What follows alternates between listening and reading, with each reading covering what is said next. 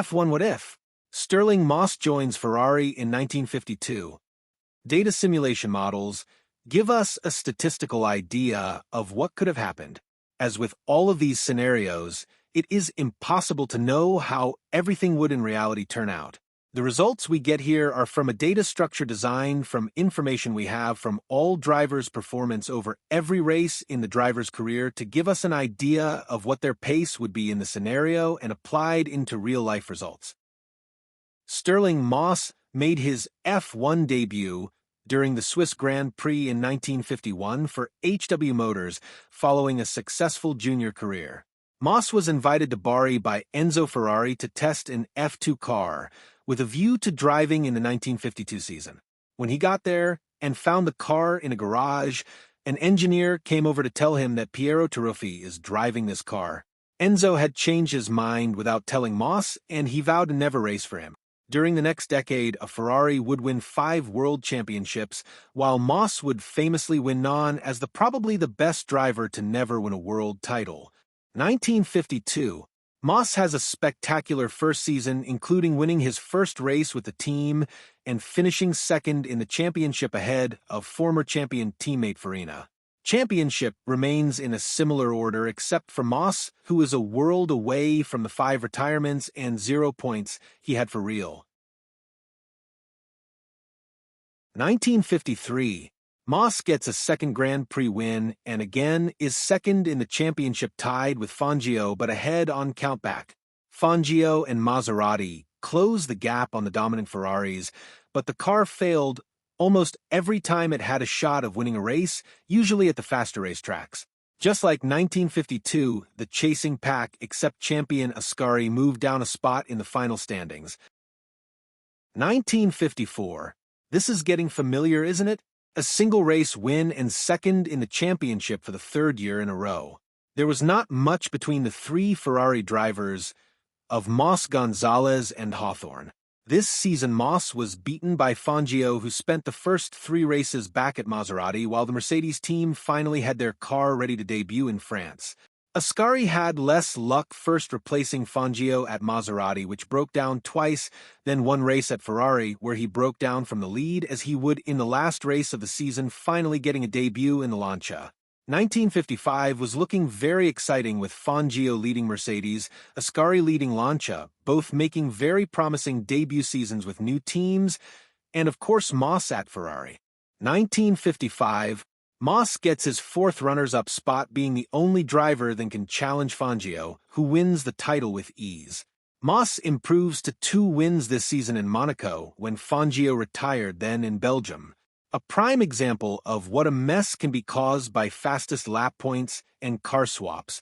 The 3-way title fight with Ascari never develops, due to Ascari's death after Monaco. He led both races before retiring. 1956. Fangio joins Moss at Ferrari and wins title number 4 through a combination of skill and Moss having an abysmal reliability record, failing to win for the first time in his career and also finishing behind a second Ferrari of Peter Collins and the reliable Maserati of John Barra, and allowing Fangio a bigger gap in the final table.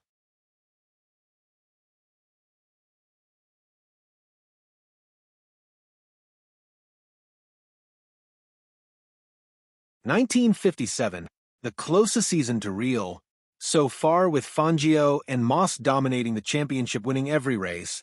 Moss with 2 wins found more reliability with Ferrari than he did for real with Van Wall, to close the gap to Fangio, who still won the title with ease.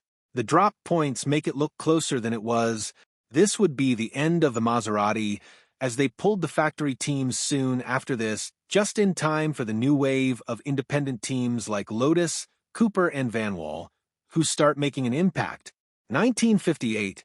Finally, after being runner-up 5 times, Moss is crowned world champion in 1958, beating teammate Mike Hawthorne by a single point. Once drop scored came in. Tony Brooks emerged in the Van Wall towards the end of the season, but it was too late. Ferrari also won the first ever Constructors' Championship rather than real 1958 winners Van Wall.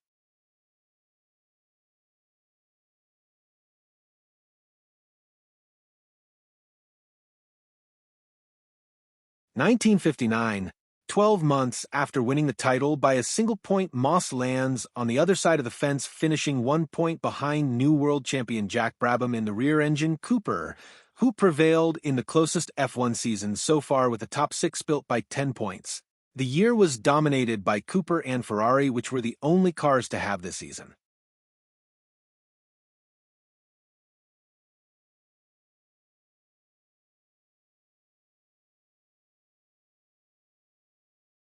"1960. Not only is this the third season in a row the title comes down to the last race. The title is decided by 1 point, and for the second season in a row Moss lost the title by 1 point. Moss was the only driver that could take the fight to the Cooper pair. Bruce McLaren and Phil Hill are the losers here, with both losing a race win as well as championship points. In fact, I would say simulated Moss is the biggest loser, becoming the first driver to score more points, but lose the title on drop scores. 1961. Moss for the first time has the clear best car and dominates to win a second championship. Internal fighting in the second half of 1961, concluding with Ferrari's Palace Revolt, which saw 8 of the race team's top employees fired by Enzo. Moss with a second title in the bag, and noticing the British teams would be a bigger challenge, in 1962 retired from F1. So what changed? Moss ends 1961 with 2 world championships, more than the criminal 0 he got in real life. These championships take away one-time winners and 2 of the lowest-rated world champions, Mike Hawthorne and Phil Hill. His race wins also jump up with 21, not 16 like real. His runner-up luck followed him to this simulation, with Moss being a 7-time runner-up in the championship, incredibly losing to Jack Brabham by a point in back-to-back years. Moss was 4 points away from winning 4 titles in a row. 1957 was the most interesting season, where he and Fangio were Ferrari teammates. Fangio showed how he was a level above Moss, like we saw for real in 1954 at Mercedes. 3 years on, Moss is closer, but Fangio just has him at arm's length. How good was Stirling Moss? The further back in history you go, the less accurate any simulations based on more limited data and less races. The 50s, like the modern day, had points for faster lap, which skews the point system and is a pain in the ass to deal with. There is no doubting Moss is a F1 great, as well as being without question the best Formula One driver to never win a world championship. Of the currently retired drivers, Moss lands in the top 10 all time. From the 50s, only Fangio and Ascari score higher. Stirling Moss driver rating, 80 out of 100. Thanks for watching. Like and subscribe if you enjoyed. For more F1 What Ifs.